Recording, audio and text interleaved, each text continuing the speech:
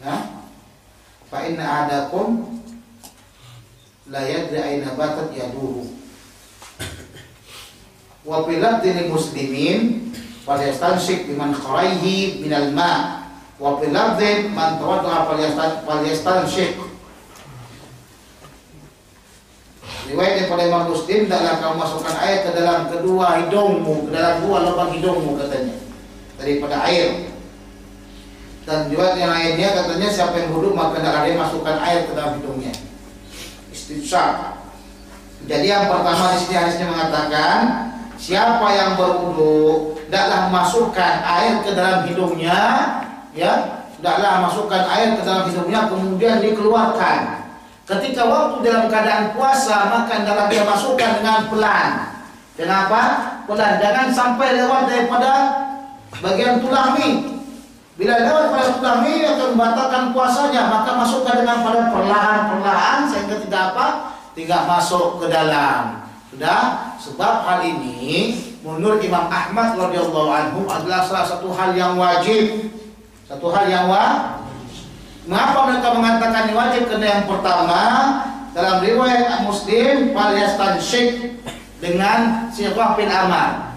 Al-amru lil wujub. Amar itu untuk wajib. Sudah? Demikian juga ada yang mengatakan falyaj'al fi amfihi ma'an, itu wajib katanya. Jadi amar di sini lil wujub. Al-amru lil wujub. Sudah? Kemudian mereka mengatakan bahwasanya hidung ini termasuk bagian daripada muka, sementara muka itu wajib dibasuh. Jadi kalau begitu siapa saja yang menggunakan mazhab Imam Ahmad tidak masukkan air ke dalam hidung tidak sah wudhunya, tidak sah wudhu. Demikian juga masukkan air ke dalam mulut satu bagian yang wajib bagi mereka. Nah, di dalam mazhab Imam Syafi'i kata enggak begitu. Kenapa kita seperti itu? Karena hal ini adalah hal yang memang dia sunnah.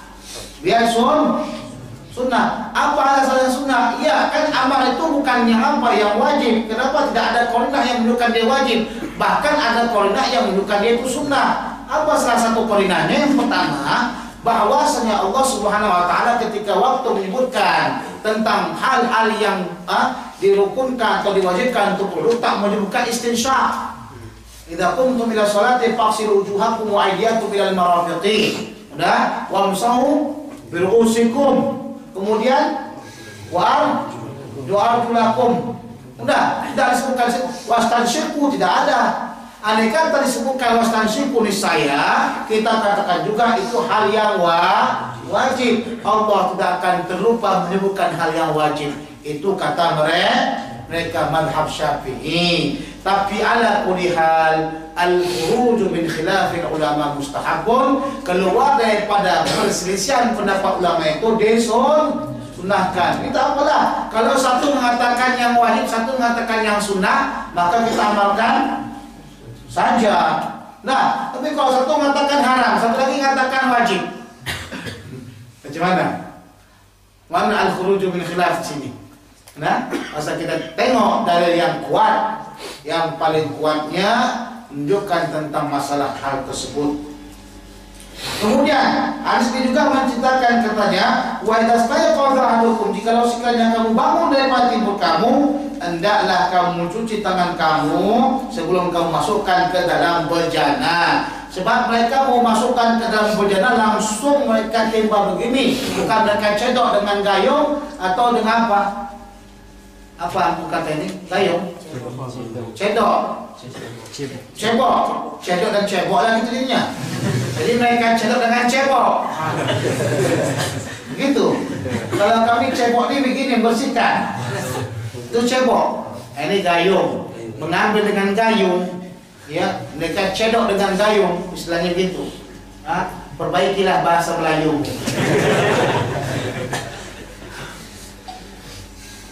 Itu saya kata, kan namanya gayung bersambut. Gayung bersambut kan begitu.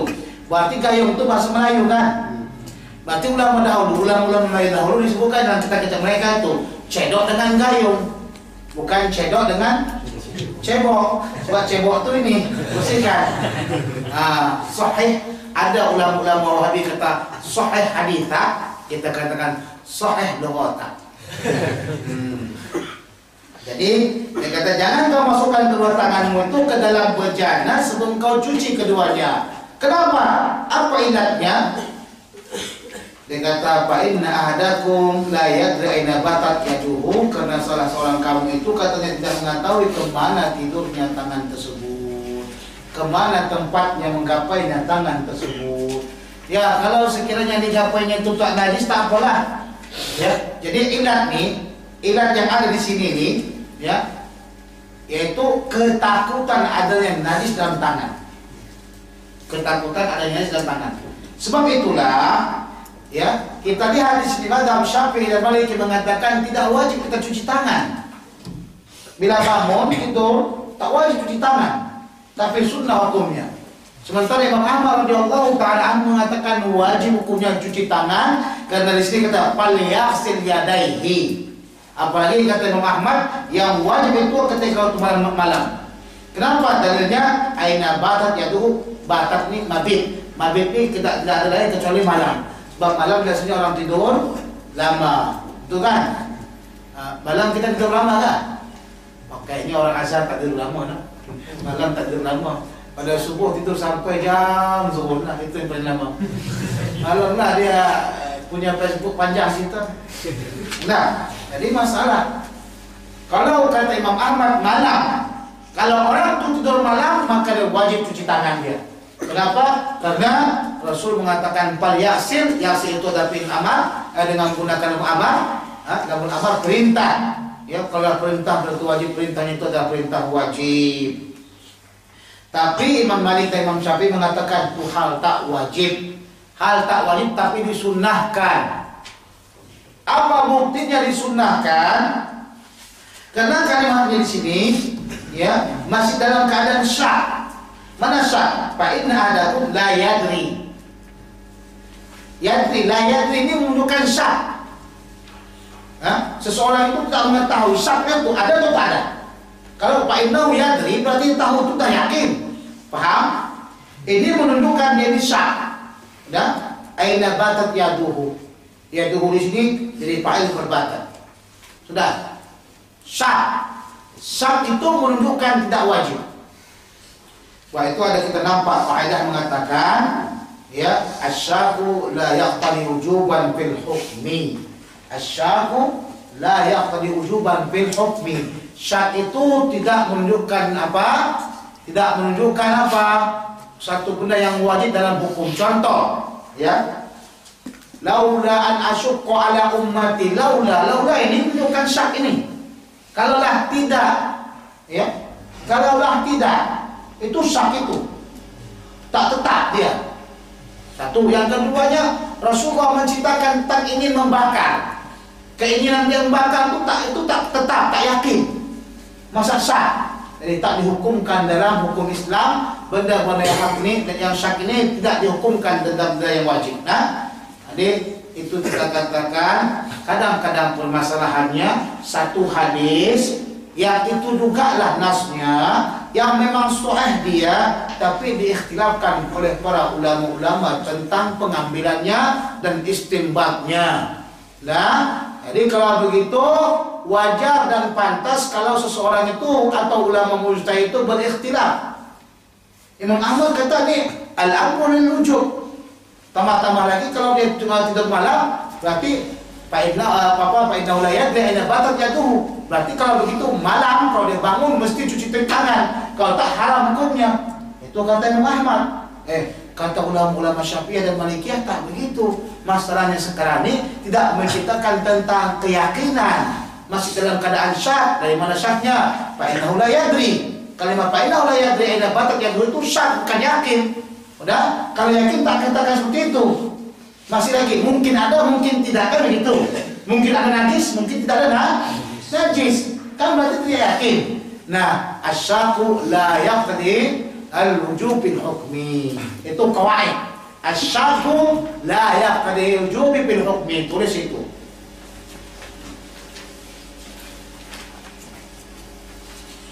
An Abi Hurairah radhiyallahu ta'ala anhu anna Rasulullah sallallahu alaihi wasallam qala la yaqula ahadukum fil ma'i daimil ladzi la yadri thumma yaghtasil minhu wa li Muslim la yaghtasil ahadukum fil ma'i daimi wa huwa junubun.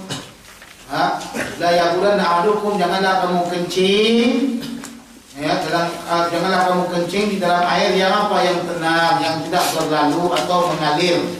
Itu yaghtasil minhu, kemudian mandi dari situ. Wali Muslim la yaghtasil ahadukum, dan janganlah mandi seorang kamu pada air yang diam atau tenang dan dia dalam keadaan junub. Wa fi ghairihi la yaqulanna ahadukum fil jidar akhrajahu Muslimun. Ini cocok dibuatkan dalam hadis ini kita bukan hadis sahih Rasulullah kan? Ini hadis cerita dalam dinding, la yaqulanna ahadukum fil jidar. Nah ini masalahnya sama kita nih. Umat yang punya kemudahan untuk mengeluarkan adiknya, di mana saja dia kencingkan kencing. Kalau perempuan tak boleh sembarangan kan? Tuh susah dia. Mau cari tempat tuh susah bagi perempuan. Kita ni sembarangan saja. Sebab itu Rasulullah sebutkan dah. Kerana Rasulullah tahu keadaan kamu. Itu dia. Rasulullah tahu dalam keadaan kamu. Hadis ini menceritakan kepada kita, yang pertama, kita tak boleh kencing di dalam air yang dalam keadaan tergenang tak mengalir. Ini dari daripada mereka buat dalam mazhab Hanafi, kata air yang dengan walaupun banyak, kalau sekali kencingkan maka dia telah bernajis. Kalau dalil dari situ juga Imam Syafi'i mengatakan, dari situ juga mereka mengatakan air yang banyak kalau dikencingkan tak akan bernajis. Banyak airnya, lebih daripada 20, kalau dia jadi kencingkan tak berubah bau, rasa dan warna, tak bernajis. Paham? Kemudian apalagi dah mandi-mandi itu di situ pula berjudul atau kencing. Ini kalau kita beri kolam renang ni. Nah, mana ada orang kalau pergi mandi kolam renang nak kencing keluar pergi ke tandas, malas dia. Dia tidak nampak orang pun. Yang kita pun nyelam, tentu terminum kita. Jadi seberapa kita minum dah tu? Kita kata juga bersih alhamdulillah. Sebab itulah cerita Syekh saya ni, Syekh Khalid Hussein Al-Pakistani, Allah yarhamhu, meninggal dunia dia. Kalau nasib saya meninggal tahun 1430-an begitu. Saya jumpa beliau di Madinah Al-Munawwarah dan memberikan ijazah kepada saya. Beliau cerita begini ketika waktu kami sama-sama beliau di Madinah. Ada seseorang ini bermadzhabkan Hanafiyah, jumpa sama ulama Syafi'i. Jadi ditanya kepada ulama Syafi'i ini, kamu mazhab apa? Saya mazhab Hanafi. Oh, Hanafi itu tahu tak kau katanya. Bila ada anjing atau babi, dah diambil kulitnya, jadikan baju, dipakai begitu, boleh mereka tu. Kotorlah mazhab Hanafi ini katanya. Orang ni pun kata, oh boy, Hanafi macam gini tak maulah aku Hanafi. Hari ni aku akan dah ikut mazhab Syafi'i lah kalau gitu. Baguslah. Besok jadi jumpa pula sama ulama Hanafi. Apa pasal hang berubah mazhab Syafi'i? Dia kata begitu kan. Habisnya mazhab Hanafi kata pakai baju babi pun baju anjing. Tak maulah aku katanya. Ni anda kena hasut ni semua ulama Syafi'i katanya. Mereka pun lebih jorok lagi. Mazhab Syafi'i ni. Apa kata? Apa pasalnya lebih jorok?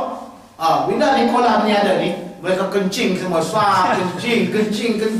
Dah tu cium mereka tak ubah bau, tak pernah apa, mandi mereka situ kata. Beruduk mereka situ. Kan kotor mereka tu kata langsung. Oh iya pula lah. Dah lah. Aku mazhab Hanafi lagi lah. Untung dah dia pakai mazhab Hanafi. Buat jadi Wahabi dia. Ini Hanafi, Syafi'i pening kepala aku, jadi Wahabi je lah aku katanya. Salah. Itu cerita Syekh kita Khalid Hussein. Banyak sekali cerita-cerita belum dalam masalah nuktah fiqih. Tapi saya berlupaan semuanya. Maklumlah tak kita ni kan tak apa lagi kan. Beliau pernah jadi mufti di Madrasah Darul Ulum Deobandi dekat India, dan mengajar di Madrasah Salatiyah. Jadi hati-hati ya. Rasulullah SAW mengarang kita mengencingi air yang tergenang. Dilarang juga mengencingi pohon yang dinya berbuah. Dilarang juga mengencingi lubang atau lubang semut, ke lubang ular, ke lubang apakah tak boleh kita kencingi. Mentang-mentang udah aja mengeluarkan gitu, nah, kita kencingi gitu. Coba bayangkan kamu, sedihlah apabila dalam itu tiba-tiba ada semut lagi dalam keadaan musyawarah, mereka menciptakan bagaimana permasalahan musyawarah ini, nak kita apakan dia? Tiba-tiba pas lagi musyawarah, enak-enak sedap musyawarah, tiba-tiba kebasuh semuanya. Itu dosa begitu tuh. Atau tempat busuk tak boleh kita. Macam ada kawan saya sampai sekarang di atas saya 2 tahun ini sama-sama saya tak pernah sunat. Karena kencing busuk tiba-tiba hilang kulit dia. Tak sunat-sunat lagi dia, alhamdulillah. Nah, itu benda yang dilarang. Demikian juga dilarang kita kencing atau kodok aja tempat mana? Tempat orang lagi dalam keadaan nunggu bus, stasiun bus gitu kan. Lagi dia masih dekat situ. Tengok orang pun bau, masya Allah. Kalau pagi tak apa juga, kasih walu pelentin sama coklat pelentin ya. Kau coklat pelentin, itu dia tuh kasihnya. Tapi adalah pendapat guru kami katanya boleh. Andai kata kau tengok tempat situ tempat maksiat, tempat itu tempat suka orang duduk situ. Kau selekehkan situ tempat. Boleh. Boleh, tak ada masalah. Dia kata kau selekehkan tempat-tempat itu semuanya sehingga mereka tak tahu nak cari mana tempat.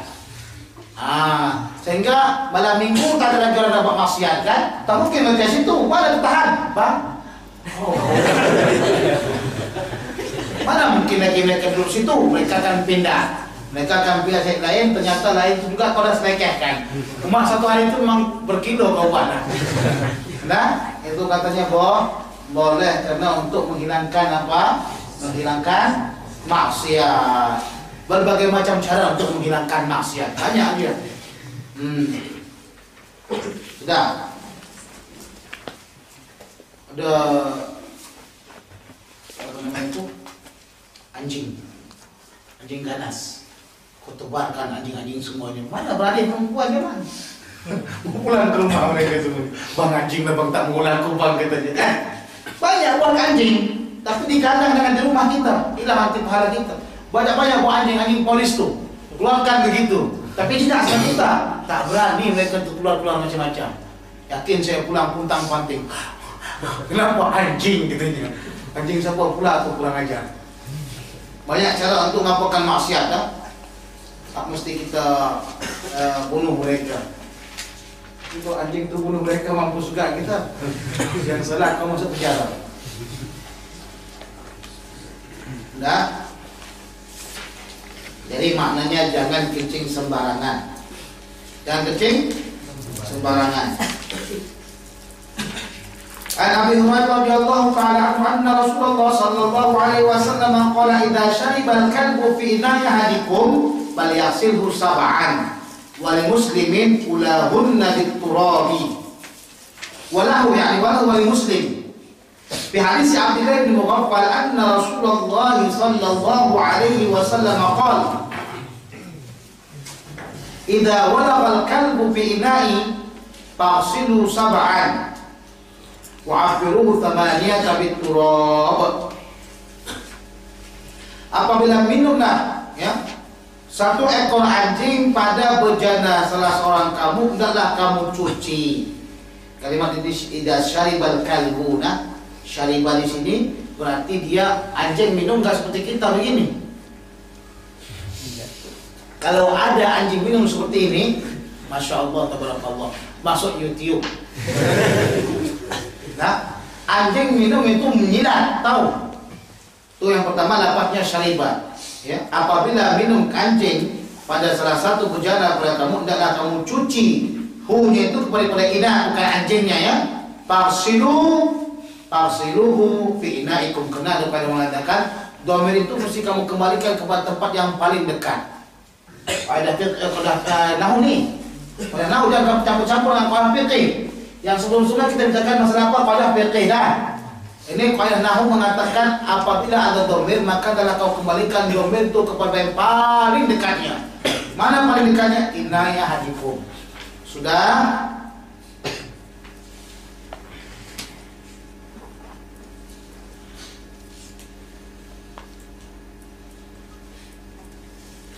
Dalam satu riwayat kata ulahunna, salah satu daripadanya itu dengan tanah. Riwayat yang lain kita kumpulkan riwayat yang lain. Idza walaqal qalbu, apabila menjilatlah. Apabila dia minum air berarti sudah termasuk menjilat juga. Sudah? Pada perjalanan kamu hendaklah kamu cuci dengan 7 kali, wa'afiruhunna, dan campur kamulah yang ke-8-nya dengan tanah. Di sini para ulama Syafi'iyah mengatakan yang ketujuh itu atau salah satu di antaranya mesti dicampurkan dengan tanah. Mereka kata bukan tanahnya saja gitu, tanah dicampurkan dengan air. Nah, untuk mencampurkan atau menyesuaikan di antara dua hadis tersebut. Kalau sekiranya kita tak gabungkan di antara dua hadis ini, maka kita akan jadi bingung. Ya, sebab itulah para ulama mengatakan apabila terjadi dua hadis yang berlawanan dan mampu kita kumpulkan, maka kita kumpulkan. Kalau tak mampu kita kumpulkan, maka lihatlah apabila ada dalil tarikh yang menunjukkan mana yang pertama, mana yang akhir. Ya, kalau yang pertama maka itu yang mansukh, yang paling akhir itu nasikh. Paham? Ya, coba masuk dalam.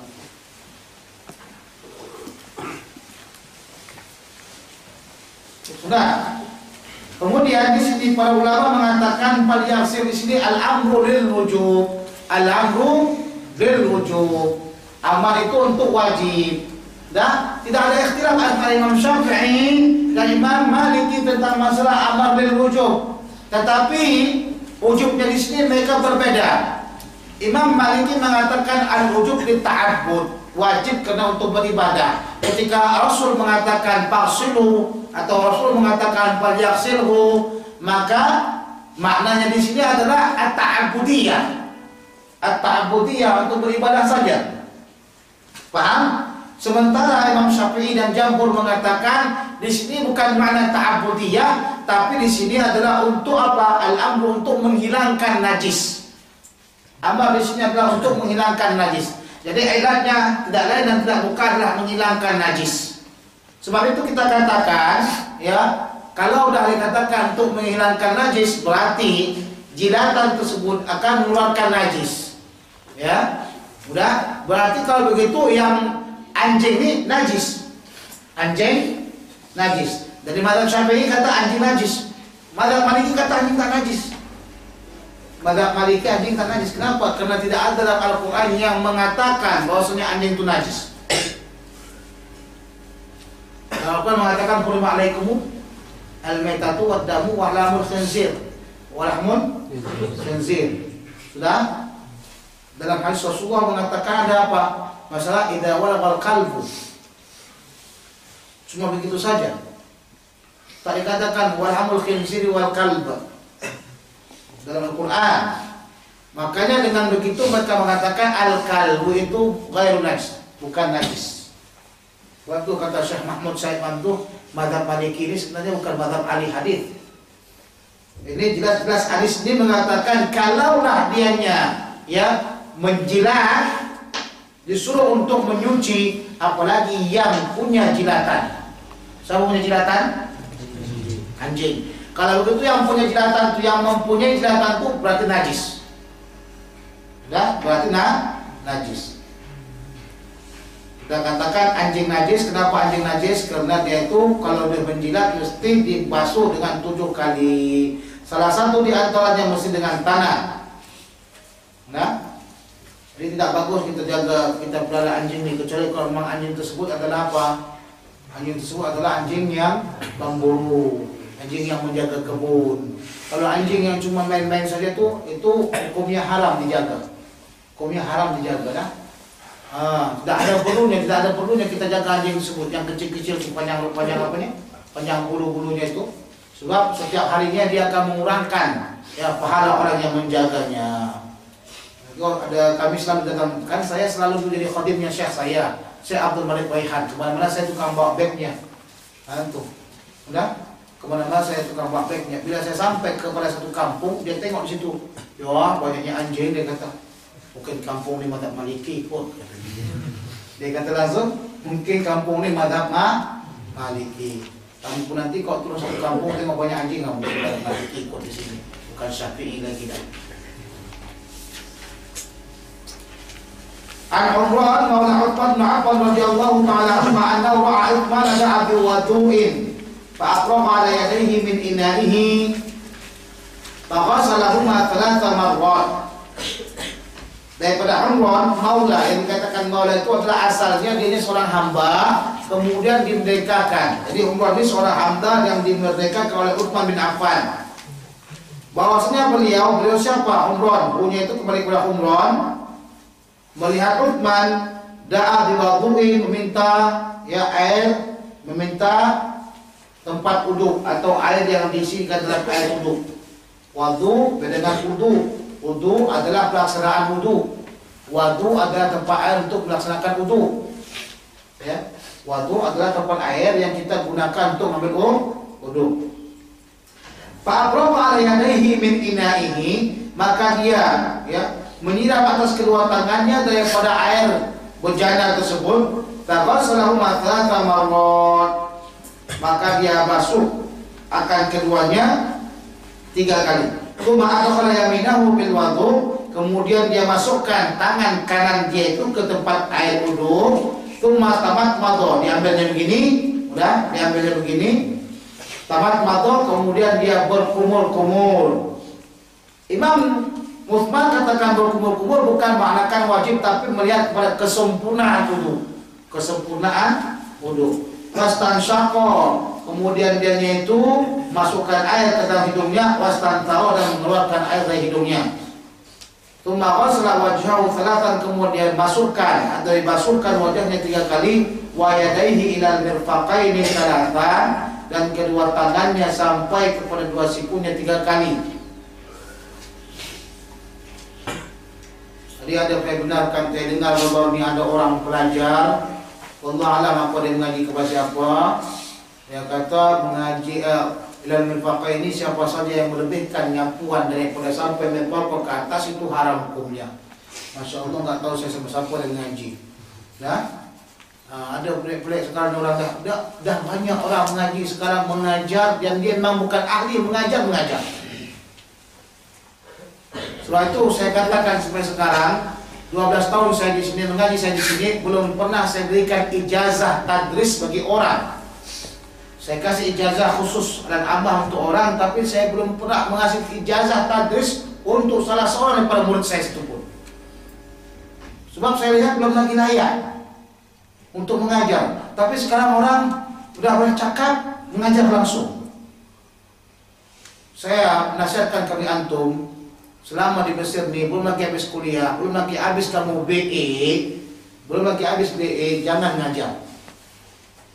Jangan ngajar, belajar dulu, perbanyak dulu ngaji. Perbanyak dulu ngaji. Kalau kamu masih mudah mengajar, bila lagi kamu mengaji, padahal kamu masih bodoh. Udah pintar rupanya. Saya memang bukan merasakan pintar, tak.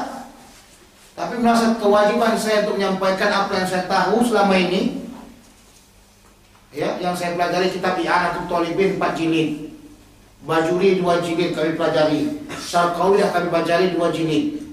Kamu dah pelajari kitab I'anatul Talibin. Kita pelajari kitab Syarqawi.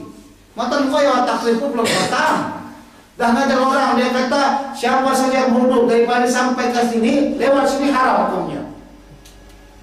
Nanti akan kita tengok sini bagaimana hadis Rasulullah SAW yang menceritakan tentang Abu Hurairah. Abu Hurairah mempenambah lagi sampai sini. Kalau berwuduk sampai sini ya wuduk. Abu Hurairah, kalau dia berwuduk ke kakinya itu sampai ke betisnya wuduk. Nah, ini perkara yang Masya Allah, nggak tahu saya apakah dia itu mengaji sama siapa atau alam. Itu ada orang yang menyampaikan sama saya begitu tuh. Datang lagi ada orang yang mengaji, dia kata mengajar dia itu, dia kata siapa yang mengeluarkan makanan dalam mulutnya tak boleh dalam sholat. Menelan tak boleh, itu mana tuh? Mengeluarkan makanan daripada mulutnya tak boleh. Yang telan kata tak boleh, boleh cuma aja sih. La haula wala quwwata illa billah. Itu salah satu wasiat saya kepada antum sebelum saya pulang insyaallah taala bismillah. Mengaji dulu banyak-banyak. Khatamkan dulu, selesaikan BE. Malu kita, belum lagi kita selesai lagi BE belum selesai. Udah kita ngajar orang. Malu lagi. Saya tak ngajar saya dulu kecuali saya telah selesai dulu BE saya. Bila saya ngajar tahun 2005 saya baru mengajar. Diminta orang mengajar semua itu saya tak mau. Saya belum selesai ngaji dulu. Selesaikan dulu antum ngaji, selesai BE baru antum mengajar. Kalau nak mengajar pun. Dan dengan syarat, bukan BE saja, sudah selesai. Kitab pun habis baca semuanya. Bayangkan, kami dulu masuk di Ma'had Al-Mustafawiyah, kitab-kitab dah kami baca, Al-Adhkar kami baca, Al-Talibin dah kami baca, Sarqawi kami baca, Kawakib Butuliyah kami baca, kemudian Sarah Ibn Aqil kami baca. Antum baru sampai sini baru semua baca kitab tu? Atau tak ada baca langsung? Hanya baca matan jurmiyah saja, tidak baca matan jurmiyah. Tak baca kitab fiqh apa kitab matan ghoyah pun tak baca. Saya baca kitab matan ghoyah takrib awal akhir 2 kali khatam dengan riwayat dan riwayah pada tahun 1994. Dah. Jadi jangan sempat kita campakkan. Belajar betul-betul bersungguh-sungguh dulu baru kau nak ngajar. Nak ngajar bisa saja, tapi nak belajar ni payah. Terus saya wasiat saya, kenapa nak mengaji ni payah? Tak cari guru yang nak mampus. Waktu ada pertemuan di Mansurah dengan Syekh sama siapa saya sebutkan tuh. Tak mencari Syekh yang punya waktu mengajar kita pun tak susah. Yang mengkhatamkan awal akhir dah. Tapi kalau cari Syekh baca kitab awal waktu yalah cari kitab yang lain itu banyak. Karena dia pun ngajinya sistem gitu. Nah, sebab dia ngaji sama Syekh-syekhnya baru sampai beberapa hadis dah habis. Tak habis khatam. Nah, jadi itu pesan saya, mudah-mudahan insyaallah pesan ini mudah-mudahan antum amalkan. Amin ya rabbal alamin. Sehingga antum jadi ulama besar insyaallah. Tapi kalau antum enggak amalkan ini, saya enggak yakin antum jadi ulama besar. Kalau malas mengaji, ya. Tidak ada ulama jadi ulama besar kalau enggak ngaji. Itu saya Usamah tuh, saya Usamah tuh. Tahu? Sama-sama saya dulu mengaji itu. Tapi dah lama kenal sama beliau. Udah? Memang orangnya rajin betul. Kerjanya di Jami Azhar saja dulu. Ngaji sama Syekh ni Syekh tu. Udah. Wajar saja kalau jadi ulama besar dia alim. Kalau nak alim tapi tak mengaji macam mana? Pikirkanlah itu. Saya bukan marah-marah tu. Tapi marah kepada orang yang memang dia bodoh tapi tak tahu dia bodoh. Kemudian dia ngajar. Tak pernah dia ngaji kitab tu, ngaji kitab tu.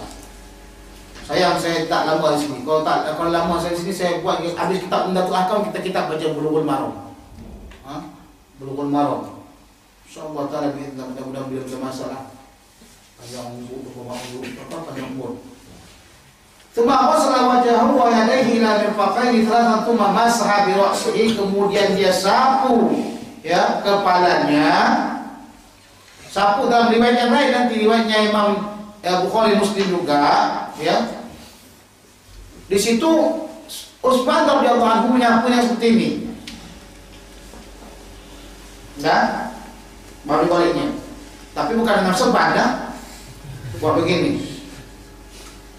Kalau sekiranya riwayat yang lain menceritakan Rasulullah pernah menyapu ubun-ubunnya seperti ini. Rasulullah pernah menyapu ubunnya sekali begini. Sudah? Kemudian disempurnakan begini.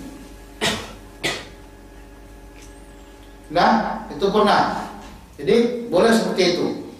Mengetahui itu punya seban yang besar sangat dah. Tidak dikeluarkan pun susah. Kali sikit di sini, buat letak gini baru. Begitu. Paham?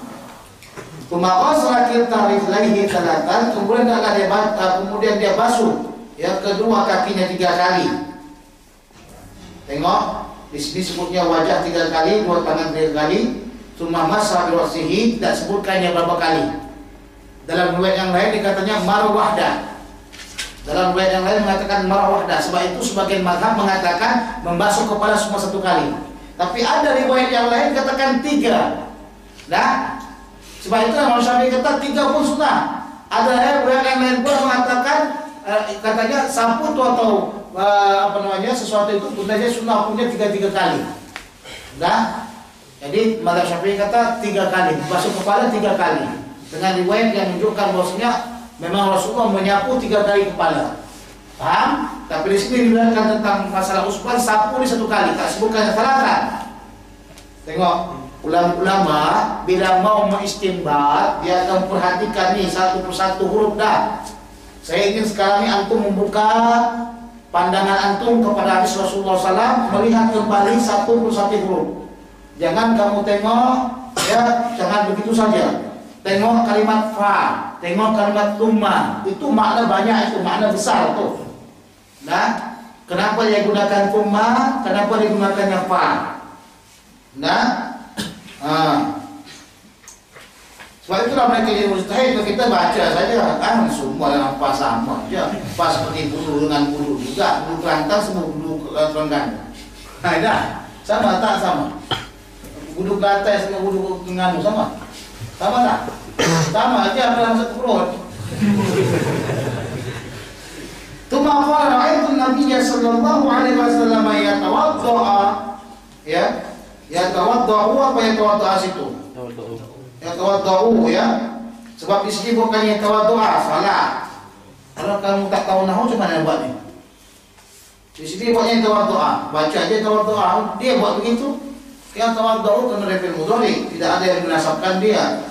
Nahwu wudu'i hadza. Kata ya Utsman radhiyallahu anhu, aku melihat Rasulullah sallallahu alaihi wasallam berwudu seumpama wuduku ini. Jadi kata Imam Syafi'i dan mazhab-mazhabnya ya. Okey. Kata Imam Muslim, kata Imam Utsman, dia melihat Rasulullah berwudu seperti itu.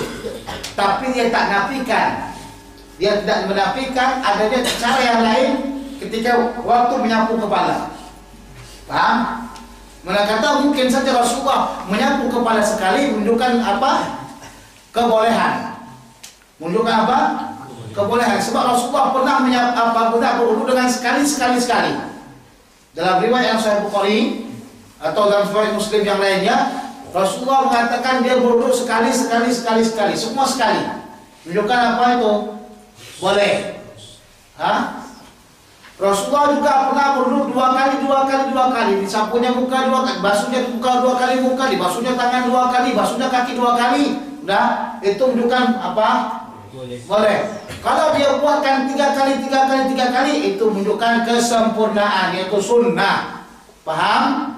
Jadi kalau umpamanya Utsman menyapu kepala 1 kali, ini saya ceritakan sama antum ni kerana puak Wahabi, benda-benda hal ini dia tak akan diam nih. Tengok anda nyapu 3 kali pun dia kata ahli bid'ah. Nah, kenapa katanya? Riwayat Utsman. Kita katakan tadi dah ada 2 kali dah saya sebutkan. Rasulullah menyapu 1 kali, Rasulullah membasuh 2 kali. Itu menunjukkan tentang kesempurnaan kalau kita sebutkan dengan 3 kali. Jangan lupa itu dalil. Nah, tadi selama ini kita berfikir saja, tapi kita nak buatkan istinbat hukum hadis ni. Matan kaya takrib je ya, tak ada jauh-jauh mana. Tapi antum tahu ni hadisnya. Dari hadis inilah mereka bagaimana cara mengambilkan nyapu kepala ni 1 kali saja. Tapi tak ada tengok di sini mana nyapu kuping. Kamu selalu nyapu kuping ya. Oh, kata mereka nyapu kuping tu. Kuping ni bagian kepala. Jadi ketika mereka menyapu begini, tak maaf saya bukakan dulu rambut saya yang cantik ni. Begini, kalau tak saya buka tak mampu nak. Dah, dia buat begini, baru dibuatnya ke belakang sana, baru terus begini. Nampak? Kalau kita tak semetiku, buat sampai ke depan sana, ya saya tak buatkan langsung nafsu saya jadi jelek jadinya. Nah, datang lagi ambil air yang baru, baru sapu begini. Ini keluar daripada kepala. Paham? Jadi kalau begitu sapuan kita ke kuping bukan kepala. Sebab itu dia kata bima'in jadid. Tengok dalam kitab fiqh, bima'in jadid, dengan air yang baru. Ingat ya, kita sekarang belajar fikih dengan istinbat hukum-hukumnya.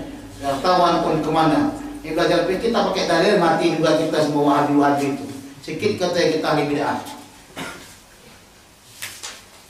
Apalah.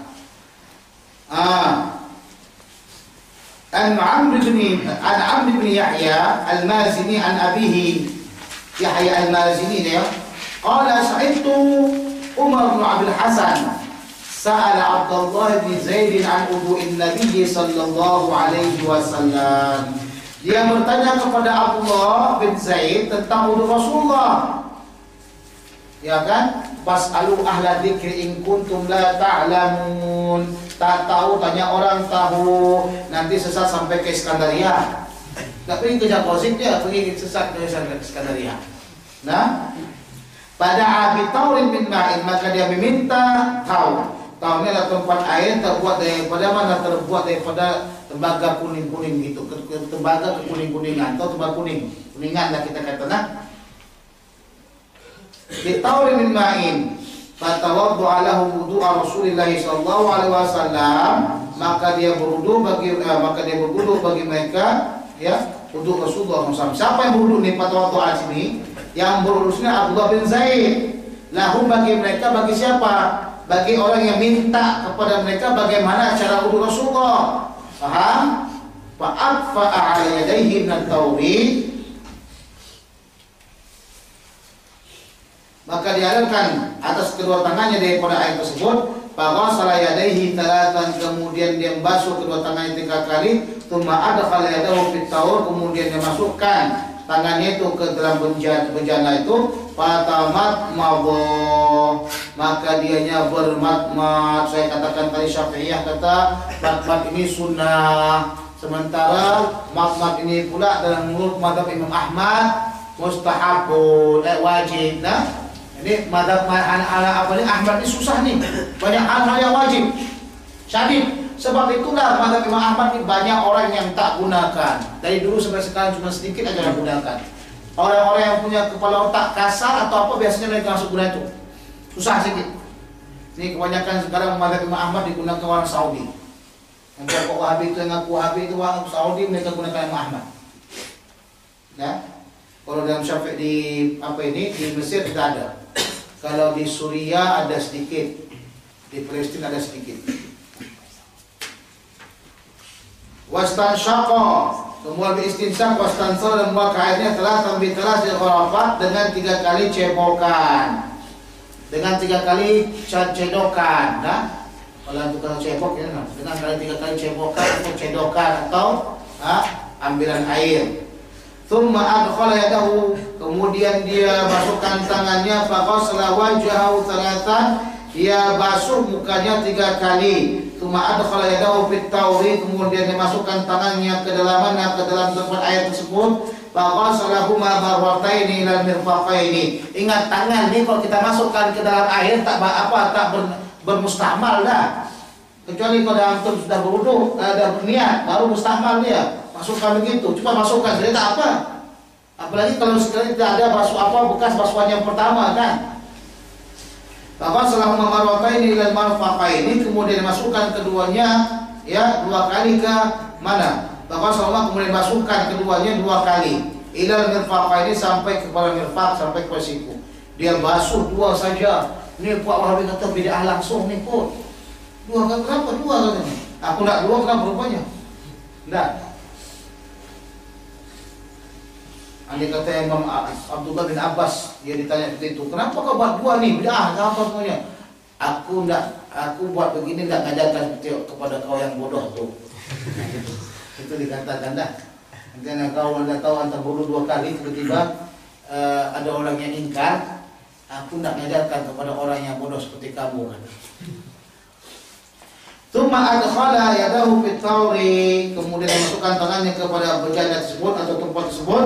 Famasa rasau, dia sapu kepalanya. Fa'aqbala bihima, maka dianya yang memutarkan ke depan dengan tangannya. Wa adbara maratan wahidah, dan dia memutarkan satu kali saja katanya, 1 kali. Dan ini riwayat juga mengatakan 1 kali saja. Tsumma ghasala rijlaihi, kemudian dia sapu, dia masukkan kedua kakinya. Bagaimana saya katakan, tidak ada dalil yang menunjukkan tentang terbatasnya sapuan kepala dengan 1 saja.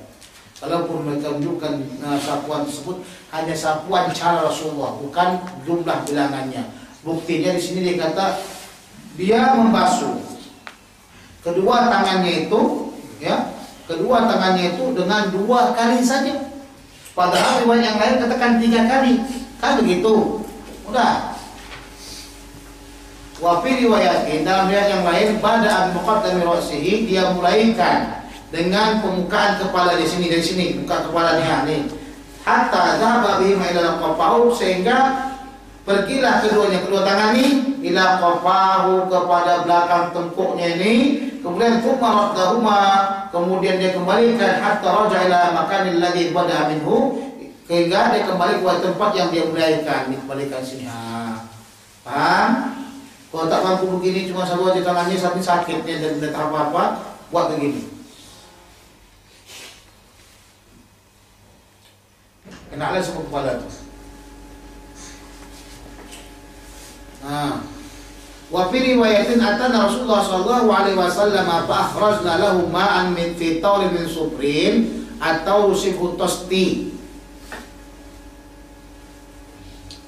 Rasulullah sallallahu alaihi wasallam mendatangi kami, maka kami keluarkan baginya air di dalam taur, daripada apa? Dalam tempat air terbuat daripada apa? Terbuat daripada tembaga. At-taur sibhu tosti, itu seumpama daripada tempat air yang terbuat daripada kuningan, tembaga kuningan. An Aisyah radhiyallahu ta'ala anha qalat kana Rasulullah sallallahu alaihi wasallam yu'jibuhu tayammunu bi tada'ulihi wa tarajjulihi wa tuhurihi wa fi sya'ni kulli. Rasulullah sangat menyukai mengkanan-kanankan pada memakai slipper, pada bersisir dan bersucinya dan pada sekalian keadaannya. Mana hal yang mampu dikanankan maka dikanankan beliau, mana hal yang tak mampu dikanankan maka tidak dikanankan beliau, semampunya, mastata'a. Ya, jadi kalau kita tengok menyapu muka itu perlu kanan kita nih. Ada orang tayamun, syekh tayamun katanya, kenapa dibuat begini? Kenapa begitu katanya tayamun? Rasulullah sangat suka yang tayamun. Itu salah, langsung buka langsung. Tangan kanan kiri oke. Kepala semuanya, jangan buat baru bisa ini. Nah, salah itu.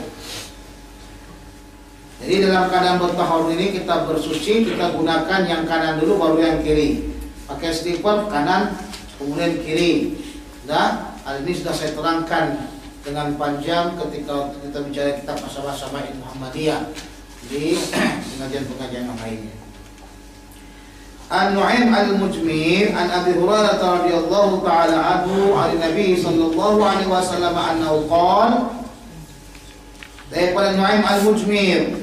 Mujmir ni tukang apa? Tukang kemenyan masjid. Dia buatkan kemenyan masjid. Sebab itu dikatakan Mujmir. Namanya Nu'aim Mujmir ni apa dia? Nah, sebutan dia sebab dia suka mengemenyankan masjid. Maksudnya macam mana? Kemenyan ni kan wangi. Jadi dia buat kemenyan begitu. Kemenyan yang warna hitam. Jangan kemenyan Jawa. Kemenyan Jawa tu panggil jin. Nanti katakan kau bohong pula. Nah. Qala inna ummati yud'auna yaumal qiyamati ghurran muhajjalina min atharil wudu. Sesungguhnya umatku akan dipanggil pada hari kiamat nanti ya ghurran muhajjalin, yang mereka itu bercahaya-cahaya min atharil wudu, daripada bekas wudu. Man istata'a minkum ayyutila ghurratahu falyaf'al. Siapa saja di antara kamu yang mampu untuk memperpanjangkan ghurrahnya, maka hendaklah dia perbuat. Dari sinilah ya kalimat ghurrah ini memperpanjangnya sunnah bukan wajib, sebab dengan syarat seperti ini man istata'a minkum ayyutila ghurratahu falyaf'al. Dah? Jadi siapa yang sanggup ya sunnah hukumnya. Nah, yang penting yang pertama sekali itu adalah yang fardunya dulu selesaikan baru panjangnya. Ada juga orang yang sampai panjang zuhurnya, fardunya tidak kena. Ada? Sebab itu yang fardu itu dulu selesaikan baru tambah zuhurnya. Jangan sempat kita masuk kepada hadis Rasulullah SAW mengatakan wailul lil aqab minan nar. Pernah kata Rasulullah SAW, pernah melihat seseorang yang berwudu tiba-tiba kakinya tak mengena kepada air wudu. Sebab itu kata Rasulullah wailul lil aqab minan nar. Kemudian setelah itu ya Abu Hurairah pernah melihat murid-muridnya daripada golongan tabi'in berwudu, maka Abu Hurairah mengatakan wailul lil aqab minan nar. Itu kata Abu Hurairah radhiyallahu taala anhu. Ya, ketika waktu wudu. Saya pun pernah juga buat begitu sama murid-murid saya. Saya tengok mereka wudu, saya kata wailul aqab minan nar. Ini antum punya murid nanti sebutkan juga wailul aqab minan nar, agar mereka sempurnakan wudu mereka. Kemudian setelah sempurnakan wudunya, maka adalah tambahkan ghurrahnya. Imam Abu Hurairah menambahkan ghurrah sampai kepada lengan. Lengan. Kalau kata kalau pakai wudu itu buka baju puasa kan? Kalau tak buka baju, habislah basah semuanya. Dia ambil wudu sampai ke lengan. Kalau dia ambil wudu kaki ini sampai ke betis. Nah,